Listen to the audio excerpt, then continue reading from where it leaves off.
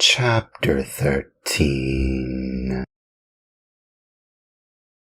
The Inn of the Red Lobster.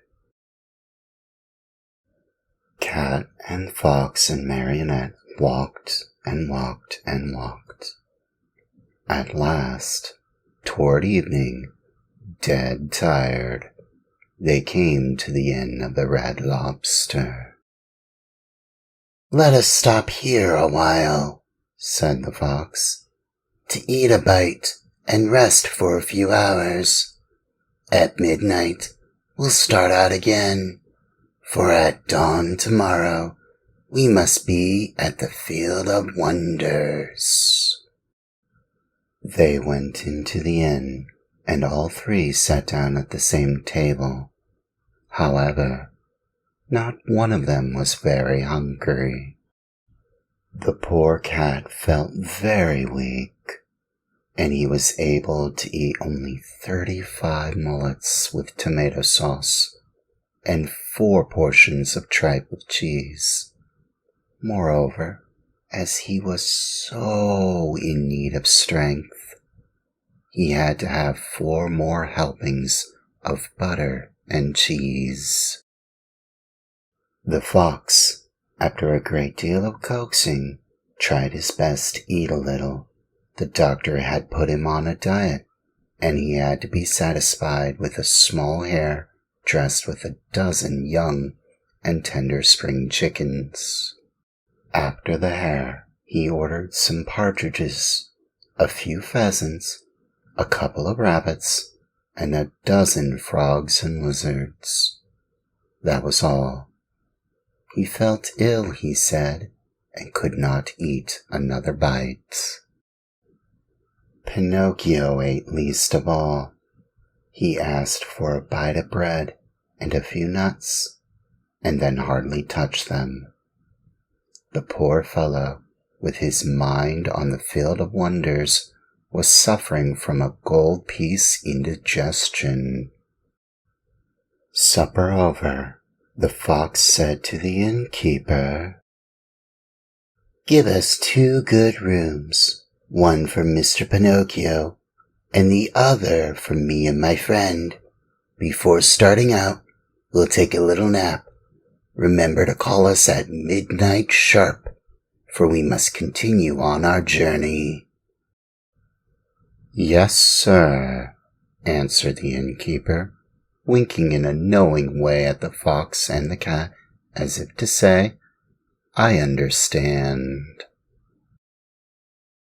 As soon as Pinocchio was in bed, he fell fast asleep and began to dream.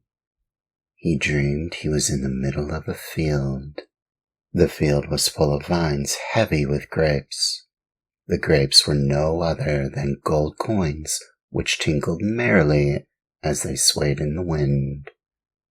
They seemed to say, "Let him who wants us take us." Just as Pinocchio stretched out his hand to take a handful of them, he was awakened by 3 loud knocks at the door. It was the innkeeper, who had come to tell him that midnight had struck. "Are my friends ready?" the marionette asked him.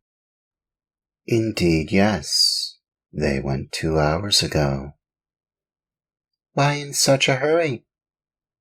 "Unfortunately, the cat received a telegram which said that his firstborn was suffering from chilblains and was on the point of death. He could not even wait to say goodbye to you." "Did they pay for supper?"